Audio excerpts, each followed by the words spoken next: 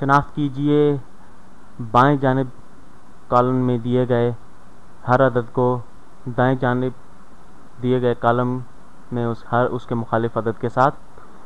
तो यहाँ पर देखें कि हमें मुख्तलिफ अदद दिए गए हैं और कुछ अदद दाएं जानिब दिए गए हैं। हमने जो अदद हैं बाएं जानिब उनके मुखालिफ दाएं जानिब जो अदद हैं उन्हें शनाख्त करना है। तो यूँ समझें कि जो अदद सिफ़र से दाएं जानिब है, जैसे 3 सिफ़र से दाएं जानिब 3 हिंद से दाएं जानिब है, इसी तरह उसका मुखालिफ जो है वो सिफ़र से बाएं जानिब 3 हिंद से होगा तो -3 होगा।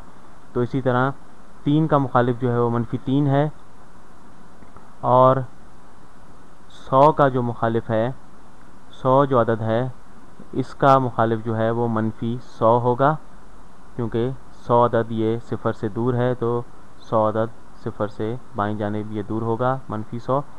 तो 12 का मुखालिफ -12 है और -55 का मुखालिफ या -55 का मनफी अदद जो है वो मस्बत 55 होगा। ठीक। और जो -3 है, -3 का मुखालिफ जो है या मनफी अदद जो है वो मस्बत 3 होगा। ठीक। इसी तरह -5 जो है इसका मुखालिफ या मनफी अदद जो है वो मस्बत 5 होगा।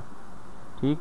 इसी तरह 21 जो है, 21 का मुखालिफ जो है वो -21 है और -12, ये पीले रंग से यहाँ पर वाज़े नहीं हो रहा, मैं दूसरे रंग से लिखता हूँ, इसे निशान लगाता हूँ दायरा।